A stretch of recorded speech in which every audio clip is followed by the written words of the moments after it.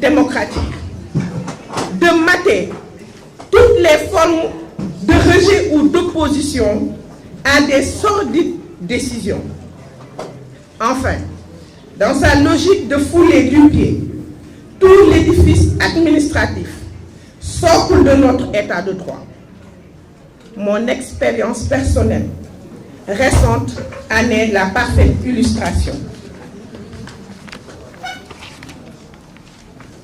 Mesdames, Messieurs les journalistes, parce que je suis une femme politique, engagée, assumant fièrement mon camp politique, celui de l'Alliance pour la République et de la coalition Benno Bokk Yakaar, j'ai été victime de persécutions, de harcèlement, de dénigrement mensonger et d'un acharnement politico-administratif rarement vu au Sénégal.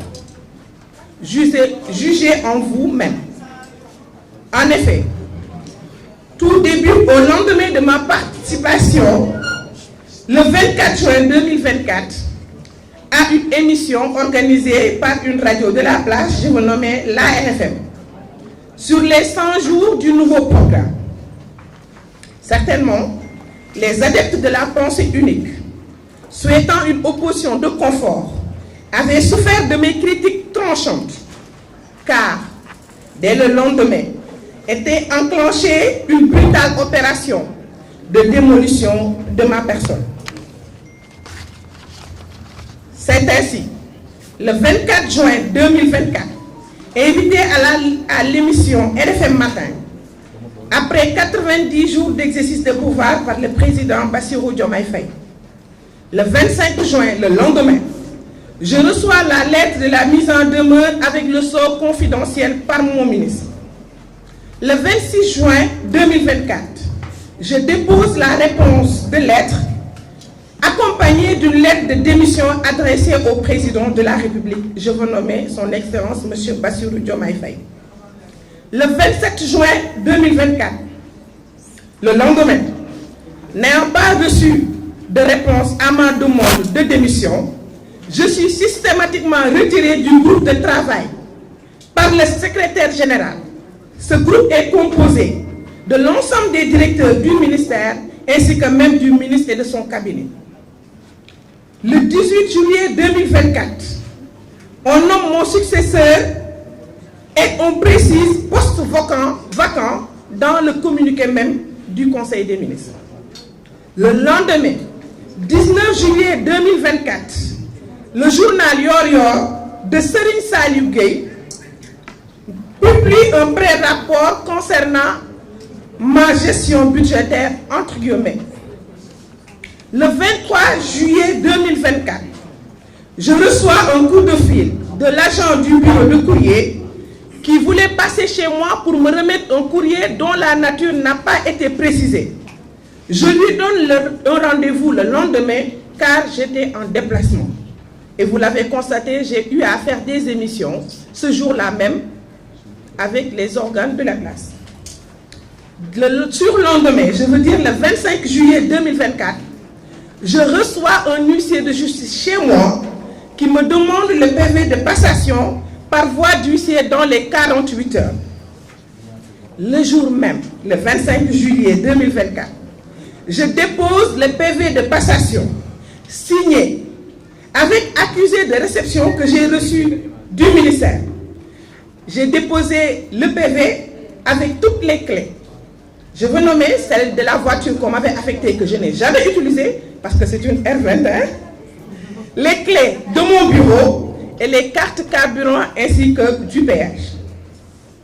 Le 2 août 2024, je reçois la convocation de la gendarmerie de recherche de Keur Massar, me convoquant pour le 5 août. Le 5 août 2024, je suis auditionné à la gendarmerie de recherche de Keur Massar de 11h à 19h25 sur la plainte du ministère, représentée par son secrétaire général, M. Gorgui Ndiaye, dont l'objet était recel de documents administratifs. Le lendemain, le 6 juin 2024, je fais une passation au ministère sur ma proposition, avec un agent de ma direction, qui a été nommé par arrêté le 12 juillet 2024, en présence de l'IAF et de mon avocat, pour des raisons sécuritaires et de respect de mon honorabilité.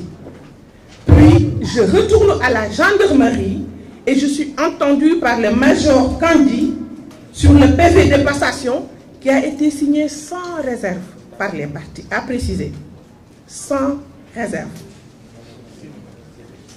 Nota bene, tous les documents estampillés confidentiels qui m'ont été envoyés par mon ministère se sont retrouvés au niveau de la presse nationale. Mesdames, Messieurs les journalistes, la reddition des comptes est une absolue nécessité dans une république et tout état de droit digne de ce nom. J'en suis une farouche partisane et il ne saurait en être autrement pour moi, qui suis républicaine et démocrate convaincue, mais ce que j'ai vécu et dont je ne vous ai fourni que les fragments les plus significatifs et hors de ce champ. J'ai été simplement une victime. Oui, victime d'un acharnement sauvage visant à m'humilier, à me briser dans ma dimension d'opposante, dans ma dimension de femme et dans ma dimension humaine.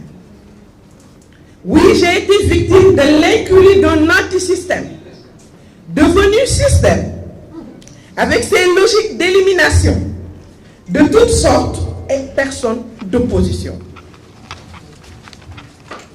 Ce qui s'est passé avec moi est étranger aux principes administratifs primaires et atypique.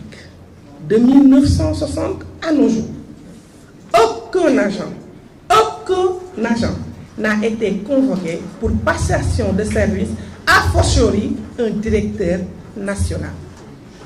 Ce qui s'est passé avec moi, prolongeant toutes les forfaitures et autres actes antidémocratiques perpétrés par le nouveau pouvoir, est une alerte pour toute l'opposition sénégalaise et pour tout le peuple sénégalais.